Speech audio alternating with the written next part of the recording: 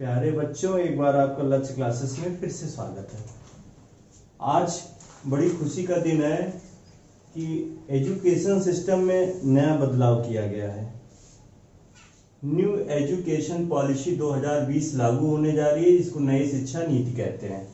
ठीक, अभी भारत में लड़ाकू विमान आया जिसके बारे में आपको जानकारी होगी। लड़ाकू विमान जिसका नाम राफेल है, उसी दिन नई शिक्षा नीति की घोषणा की गई। किसी भी देश में अगर आपको बदलाव करना है तो उसकी शिक्षा नीति में बदलाव करके देश को सर्वोच्च स्थानों में पहुंचा सकते हैं विश्व में। जैसे राफेल आया, लोगों को खुशी तो हुई, हमको भी खुशी हुई और आपको भी होनी चाहिए, लेकिन उससे ज्यादा खुशी हुई जो नई शिक्षा नीति आई। हमको राफेल दूसरे देश से लाने की क्या जरूरत थी? अगर हमारी शिक्षा नीति बेहतर होती, हमारे स्टूडेंट अच्छी शिक्षा ग्रहण करते, तो हम राफेल खुद यही बना लेते। चाइना से मोबाइल आते हैं, विदेशी इंस्ट्रूमेंट आते हैं, लड़ाकू विमान विदेश से आ रहे हैं, इसका मतलब हमारी शिक्षा नीति में कमी थी। लेकिन जो हमारा अपना सोचना है, नई शिक्षा नीति बहुत ही अच्छी तरीके से बनाया गया। जिसने भी बनाया उसको हम सलूट करते हैं। चलिए, तो हम आपको बताते हैं कि भारत सरकार के मानव संसाधन विकास मंत्रालय ने इसकी नई शिक्षा नीति की घोषणा की। इससे जो है हमारे देश के बच्चों का, छात्रों का और उनके अभिभावकों का भी भविष्य बदलेगा। चलिए, इसमें देश के तमाम छात्रों, उनके परिवार और उनके जीवन में क्या क्या बदलाव आएंगे, चलिए हम आपको बताते हैं। चलिए, हम आपको नई एजुकेशन पॉलिसी 2020 के बारे में बताते हैं। और आपसे निवेदन है कि चैनल में नए हो तो हमारे चैनल को सब्सक्राइब कर लीजिए। नई शिक्षा नीति जानने के लिए उससे पहले हम आपको बताते हैं 10+2 पुरानी शिक्षा नीति क्या थी। 10 साल ये, 2 साल ये, टोटल मिला के 12 साल होता था क्लास 12 को पास करने के लिए। ठीक है, क्लास 12 को पास करने के लिए टोटल ईयर्स काउंट किए गए थे 12 साल। लेकिन अब 5, 3, 8, 9, 10, 11, 4, 15 साल कर दिए गए। अब आप देखिए, क्लास 12 को पास करने के लिए 12 साल दिए गए और यहाँ पर क्लास 12 को पास करने के लिए 15 साल दिए गए, जिसको 5+3+3+4 में बांट दिया गया। तो मतलब कहने का मतलब पुरानी शिक्षा नीति जो 12 साल की थी, कन्वर्ट टू द 15 ईयर्स, लेकिन दोनों में ही 12 साल 12 क्लास 12 के लिए ही था। तो चलिए 5, इसको जो चार भागों में बांटा गया है। पहला 5 साल क्या है? पहला 5 साल जो होता है, इसको पहले 5 साल को पहले फाउंडेशन प्लस क्लास 1 और 2 में डिवाइड किया गया। जो हमारा 5 साल, शुरुआत के 5 साल बच्चों के जो हमारे फाउंडेशन होंगे वो 3 साल के। देखिए, जो हमारा फाउंडेशन है वो 3 साल का है और क्लास 1 और क्लास 2 2 साल का है। मतलब क्लास 1 में 1 साल, क्लास 2 में 1 साल, मिला के टोटल क्लास 1 क्लास 2 का 2 साल और फाउंडेशन 3 साल। मतलब 3 साल फाउंडेशन के और क्लास 1 क्लास 2 के 2 साल, टोटल मिला के 5 साल। इसी को कहेंगे फाउंडेशन स्टेज। मतलब बच्चे को क्लास 2 तक जाने के लिए 5 साल देने हैं, लेकिन वो 3 साल में क्या है, वो उसका फाउंडेशन है, और 2 साल क्या है, उसका 1 और 2 है। तो ये 5 साल क्या होगा? एनसीईआरटी बेस्ड करिकुलम होगा। ठीक है, एनसीईआरटी बेस्ड होगा। इसके द्वारा एक मजबूत नींव आएगी बच्चों में। पहले क्या चलता था? रट्टाफिकेशन, छोटा बड़ा, छोटा बड़ा शुरू से, और आगे पहुंचे तो कोई डिफिनीशन, हिस्ट्री रटा रहे हैं, वो रटा रहे हैं, ये रटा रहे हैं, पूरा बच्चों को किताब से लाद देते थे। उन समस्याओं से निजात मिल रही है। एनसीईआरटी बेस्ड करिकुलम होगा और हमारी नींव बहुत ही मजबूत हो जाएगी। इसमें बच्चों को क्या क्या फायदा होगा? खेल कूद, ठीक है, खेल कूद के साथ अन्य गतिविधियां, ठीक है, अन्य गतिविधियों की पढ़ाई कराई जाएगी और बच्चों पर किताबों का बोझ नहीं रहेगा। ये हमारा फाउंडेशन में खूब खेलो, खूब मौज करो, उसके साथ थोड़ा बहुत शिक्षा के बारे में अपना स्किल डेवलपमेंट करो। ठीक है, बच्चों का कोई प्रेशर नहीं है यहाँ पे।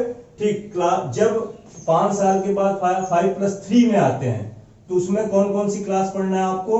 3 में ये क्लास 3, 4, 5 कक्षा 3, 4, 5 यहाँ पढ़ना है आपको। बच्चों की थोड़ी सी जानकारी या स्किल डेवलपमेंट बढ़ेगा तो वहां पर भविष्य के लिए उनको तैयार किया जाएगा।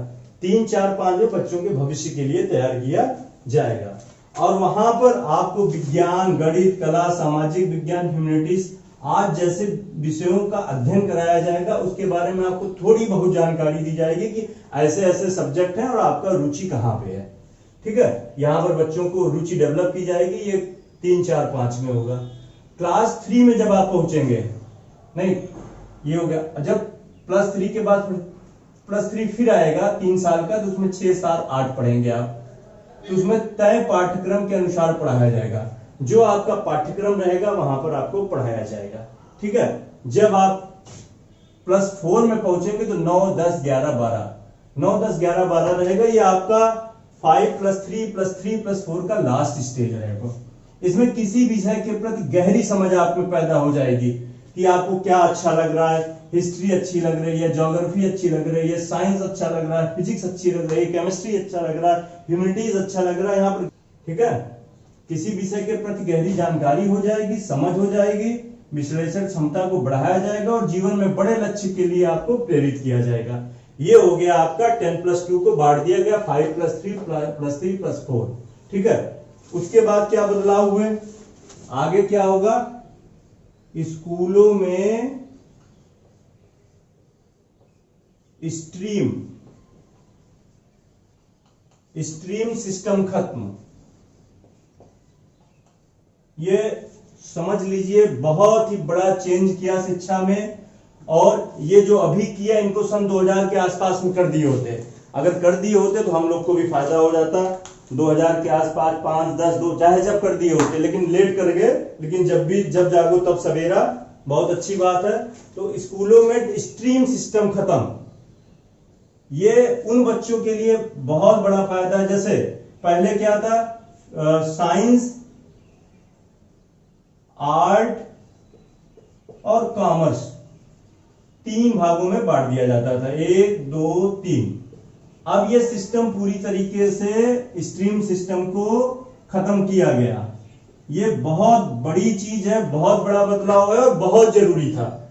अब क्या है, जब आप स्ट्रीम सिस्टम खत्म हो तो अगर फिजिक्स वाला बच्चा, अगर उसका मन है हिस्ट्री पढ़ने का तो वो हिस्ट्री ले सकता है। अगर बायोलॉजी वाला बच्चा मैथ पढ़ना चाहता है तो मैथ ले सकता है।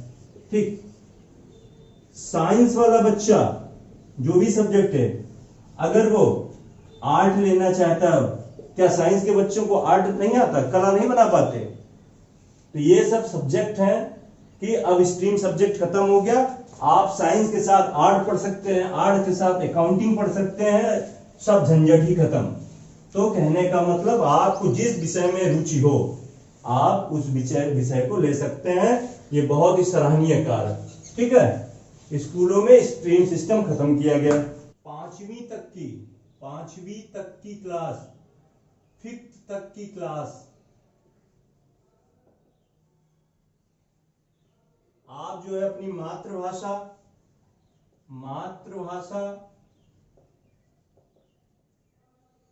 स्थानीय भाषा,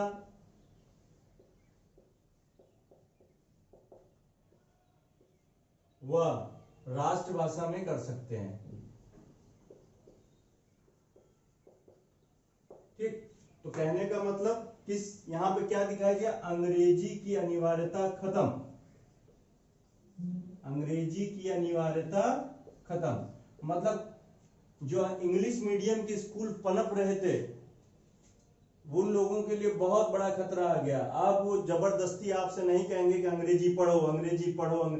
अंग्रेजी केवल आपका सब्जेक्ट रहेगा, एक सब्जेक्ट रहेगा कि ना कि सारे विषय आपको अंग्रेजी में पढ़ाए जाएंगे। और ये जान लीजिए, जिस भाषा में आप पैदा हुए हैं, जो आपकी मातृभाषा है, उस भाषा में सीखना सबसे आसान होता है। ये उन बच्चों के लिए, हम जैसे लोगों के लिए, हिंदी मीडियम के बच्चों के लिए एक अभूतपूर्व परिवर्तन किया गया कि इंग्लिश मीडियम के स्कूल के ऊपर खतरा मंडरा रहा है। वो सोचे उनको क्या करना है, इंग्लिश मीडियम स्कूल खत्म, सिर्फ कक्षा 5 तक के लिए। तो ये एक बहुत बड़ा परिवर्तन किया गया है। ठीक है, कक्षा 6 के क्लास में कंप्यूटर कोडिंग सिखाया जाएगा। जैसे चाइना में बच्चों को, छोटे छोटे बच्चों को 5th 6th 4th में उन लोगों को क्या है, कंप्यूटर लैपटॉप पकड़ा देते हैं और वहां कोडिंग सॉफ्टवेयर एप्लीकेशन डेवलप करते हैं, वो खुद सेल्फ डिपेंड हो जाते हैं। वो ये बहुत अच्छी पहल है कि हमारे देश में कक्षा 6 में ही कंप्यूटर कोडिंग सिखाया जाएगा। बच्चे खुद जो एप्लीकेशन बनाएंगे, जो हमें दूसरा एप्लीकेशन दूसरे देश का डाउनलोड करना पड़ता है, ठीक है। और कक्षा 6 में ही आप इंटर्नशिप कर सकते हैं। आपको बताते हैं, हम जब डॉक्टर बने तो डॉक्टरी की डिग्री लेने के बाद जाके इंटर्नशिप करने का मौका मिला था। आप कक्षा 6 में इंटर्नशिप कर सकते हैं। जैसे कक्षा 6 में आपके अंदर स्किल डेवलपमेंट, आप पेंटिंग सीखना चाहते हैं तो आप चले जाइए पेंटर, किसी पेंटर, अच्छे पेंटर के पास आप जो है इंटर्नशिप कर लीजिए। आप जो भी चीज में, आप मूर्ति बनाना बहुत अच्छा जानते हैं, मूर्ति वाले के पास चले जाइए, वहां इंटर्नशिप कर लीजिए। आप मेडिकल में रुचि ले रहे हैं, जाइए वहां कुछ सीख लीजिए। कुल मिला के 6th में ही आपको इंटर्नशिप कराया जाएगा और इंटर्नशिप का एक सर्टिफिकेट दे दिया जाएगा। और ये सब सारी स्किल आपके जॉब में ऐड की जाएंगी। जो रट्टाफिकेशन का मामला था कि रट लिए, कल लास्ट में एग्जाम आया, रट के लिए नंबर छपा गए, उनको सब्जेक्ट के बारे में उनको सब्जेक्ट के बारे में नॉलेज नहीं है, उनको फील्ड के बारे में नहीं नॉलेज है, उनका स्किल डेवलप, बस रट्टाफिकेशन करके किसी तरीके से पास हो गए। और कुछ स्कूलों का जुगाड़ रहता है, अपने लोगों को अच्छे नंबर दे दिए। अब वो चल नहीं पाएगा, आप इधर उधर करके अच्छा नंबर दे देंगे, लेकिन अब क्या है, अब आप बच्चों का स्किल डेवलपमेंट चेक होगा। ये नई शिक्षा है। अब जो स्कूल वाले जो अपने बच्चों को प्रैक्टिकल में नंबर अच्छा दे दिए, अपने लड़कों को नकल सकल करा देते हैं, तो वो सब सिस्टम खत्म। अब क्या है, शिक्षा के साथ साथ बच्चे का स्किल डेवलपमेंट भी कंक्लूड किया जाएगा, ठीक है।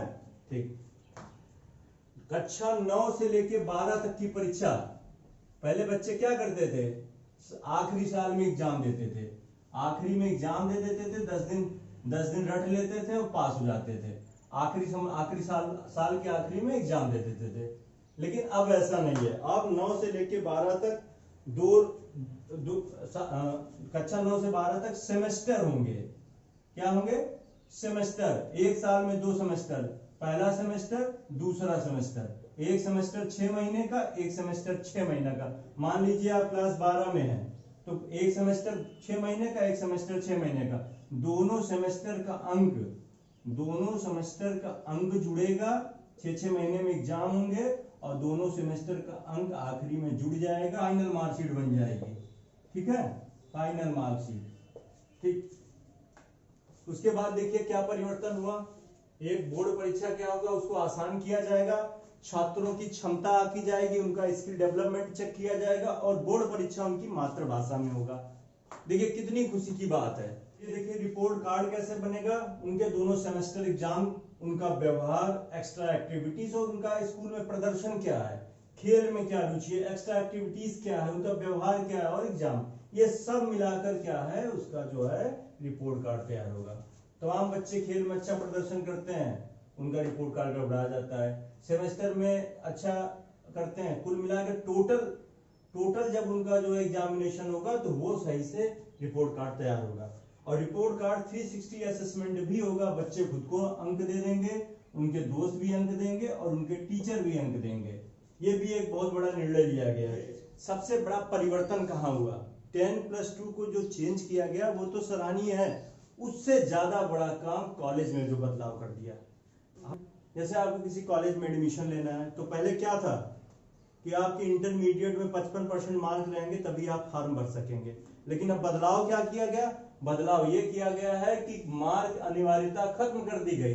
मान लीजिए जिस स्कूल में आप इंटरमीडिएट में पढ़ रहे हैं, आपकी प्रिंसिपल से नहीं पट रही है, आपके टीचर से नहीं पट रही है, आपको प्रैक्टिकल में कम नंबर दिया, और मैं डंके की चोट से कह रहा हूं नंबर कम दिया जाता है, जाति देखा जाता है, धर्म देखा जाता है, उसमें बच्चों को फेल किया जाता है और उसमें बच्चों का बड़ा नुकसान हो जाता है। तो वहां पर अब क्या है, जब अनिवार्यता ही नहीं है तो चाहे बच्चे का कम नंबर आया है चाहे बच्चे का ज्यादा नंबर आया है, वो कॉमन एप्टीट्यूड एग्जाम का फॉर्म भरेगा और एग्जाम देगा।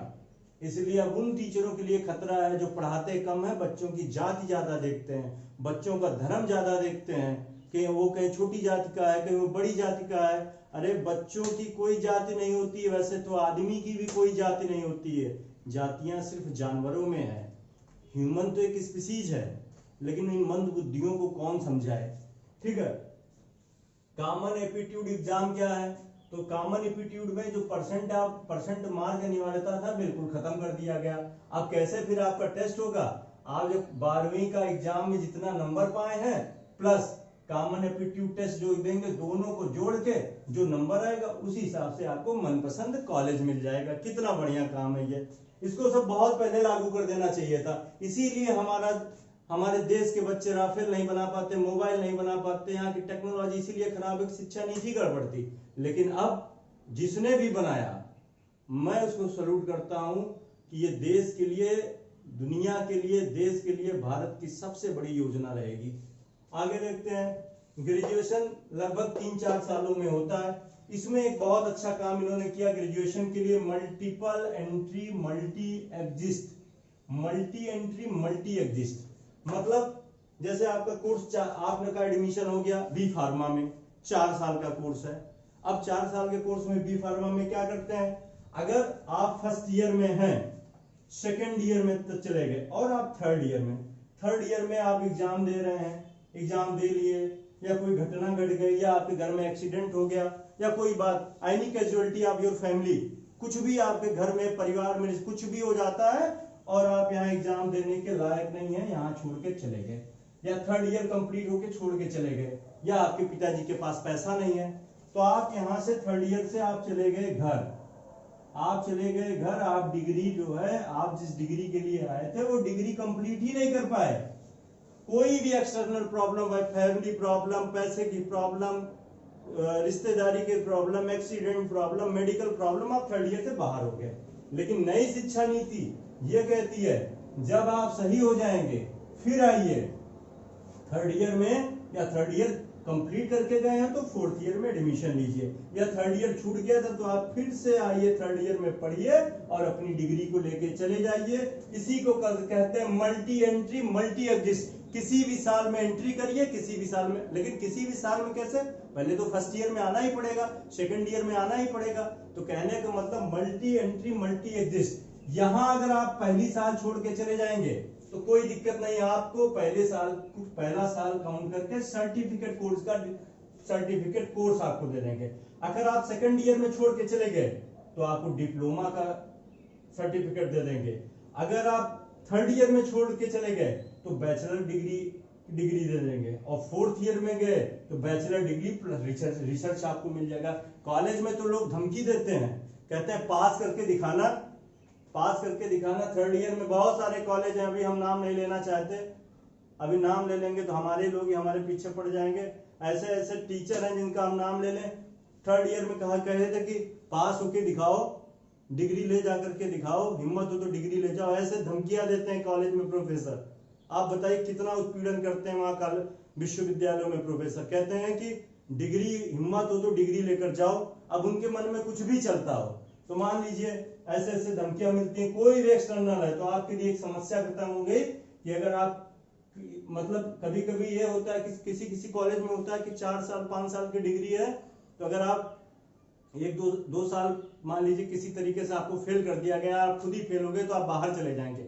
लेकिन अब ऐसा नहीं है, आप मल्टीपल एंट्री मल्टी एग्जिस्ट में कहीं आएंगे, कहीं एडमिशन। आप थर्ड ईयर में जाएंगे, जैसे मान लीजिए पहले क्या था, फाइनल ईयर में फेल हो गए, उसके बाद आप घर चले गए, तो आपका पहला साल भी बर्बाद, दूसरा साल भी बर्बाद, तीसरा साल भी बर्बाद, चौथा साल भी बर्बाद, आपको कुछ भी नहीं मिला, आपकी लाइफ खत्म हो गई, आपका एज खत्म हो गया, आप किसी भी जगह कोई काम नहीं कर पाएंगे। लेकिन अब क्या है, अगर आपको किसी तरीके से आपके साथ कुछ उल्टा सीधा, अभी परिस्थिति में जो उल्टा सीधा, मान लीजिए फाइनल ईयर में उल्टा सीधा करिए तो कम से कम आपको बैचलर की डिग्री तो मिल जाएगी।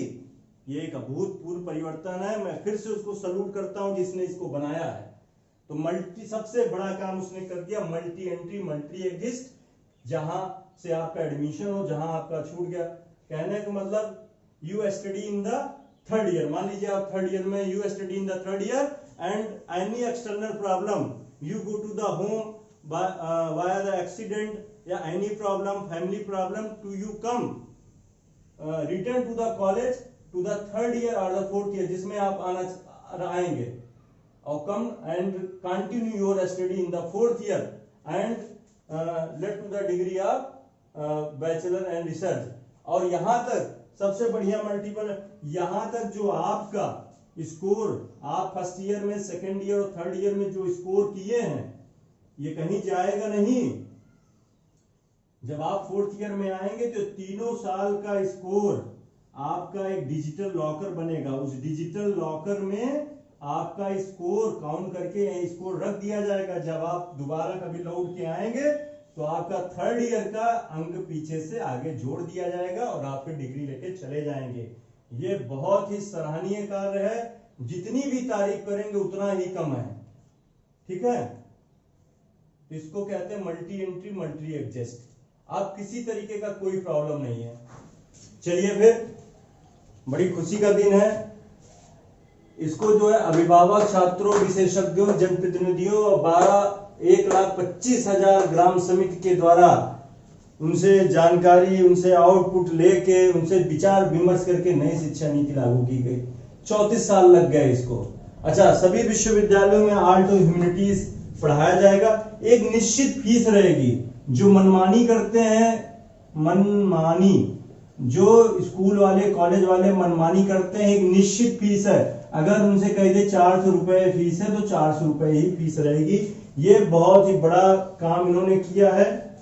अब नेशनल हायर एजुकेशन बिल, जो नेशनल हायर एजुकेशन बिल बना है, इसको कैबिनेट ने मंजूरी दे दिया। अभी संसद भवन में पेश किया जाएगा, वहां से कानून बन जाएगा। जब कानून बन जाएगा तो सभी राज्यों के मुख्यमंत्री और वहां की सरकार उसको लागू कर देगी और 2021 और 22 में ये अपनी नई शिक्षा नीति आ जाएगी। तो नई शिक्षा नीति आपको ये हम बताना चाहते हैं, जो बच्चे रटते हैं वो रटना छोड़ दें। जो बच्चे रटते हैं वो यहाँ पे उनका स्किल डेवलपमेंट होगा, विचार करेंगे, सोचेंगे। खेल, जैसे किसी बच्चे को क्या खेल में रुचि है, उसे जबरदस्ती डॉक्टर बनाने में लगे हो। किसी बच्चे का आर्ट में रुचि है तो उसको जबरदस्ती जो है इंजीनियर बनाने में लगे हो। किसी बच्चे का फील्ड आर्ट के साइड में है तो जबरदस्ती उसको अकाउंटेंट बनाना चाहते हो। तो इन सब चीजों से भी बच्चों को मुक्ति मिलेगी। बच्चों के पीछे जो बड़ा सा बैग टांग देते हैं उससे मुक्ति मिलेगी।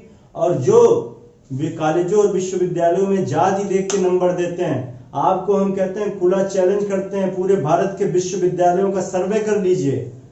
जो बच्चों का प्रैक्टिकल का नंबर होता है, अगर आप सर्वे कर लीजिए तो ज्यादातर लोग अपने बिरादरी के लोगों को प्रैक्टिकल में ज्यादा नंबर देते हैं। और उनके इंटरनल एग्जाम का असेसमेंट कर लीजिए और उनके एक्सटर्नल एग्जाम का असेसमेंट कर लीजिए। उनके हमेशा इंटरनल एग्जाम में वो टॉपर रहते हैं, लेकिन एक्सटर्नल एग्जाम में वो कम नंबर पाते हैं। ये वहां के टीचरों और विश्वविद्यालयों की जो विश्वविद्यालयों में जो गंदी मानसिकता के टीचर और प्रोफेसर बैठे हैं, वो अच्छे बच्चों का बड़ा नुकसान करते हैं। कभी नंबर नहीं देंगे आपको। वहां तो जाति व्यवस्था के हिसाब से प्रैक्टिकल में नंबर दिया जाता है। ये सब चीजों से हमें लगता है मुक्ति मिलेगी, ज्यादा दिन नहीं है। इसलिए पूरे देश को, प्यारे बच्चों को नए एजुकेशन पॉलिसी का स्वागत करना चाहिए। और सबसे बढ़िया मल्टी एंट्री मल्टी एडजस्ट, आप जहां से मन करे वहां से एंट्री कर दीजिए। कोई समस्या आए और डिग्री या डिप्लोमा लेके जाइए, कुछ दिन नौकरी करिए, पैसा कमा के आइए, फिर से एडमिशन लीजिए। ये होनी चाहिए। अच्छा, अगर मुझसे कोई पूछे कि शिक्षा नीति में आप और क्या बदलाव करना चाहते हैं, तो मैं एक बदलाव और करना चाहता हूं।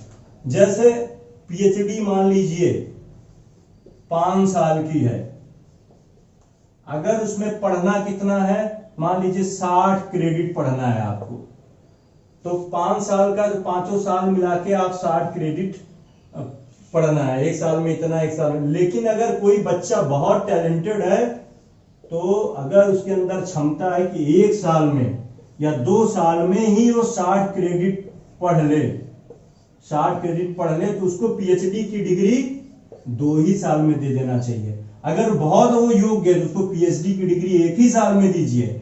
अगर जो आपकी बैच, मैं उन डिग्री को छोड़ के कह रहा हूं जहां पे ज्यादा प्रैक्टिकल है, जैसे एमबीबीएस है या ये इन सब चीजों को छोड़ के कह रहा हूं। मान लीजिए कोई डिग्री आपकी बैचलर डिग्री 4 साल की है, बीएससी की डिग्री 4 साल की है, मान लीजिए जनरल बीएससी। अगर लड़का होनहार है और वो सारे सब्जेक्टों का एग्जाम 1 ही साल में देके पास हो सकता है, जो 3 साल का एग्जाम बच्चे में इतनी क्षमता है कि 1 साल में ही पास होके निकल जाएगा, तो उसको 1 साल में ही बीएससी की डिग्री दे दीजिए, उसको 1 साल में पीएचडी की दे दीजिए।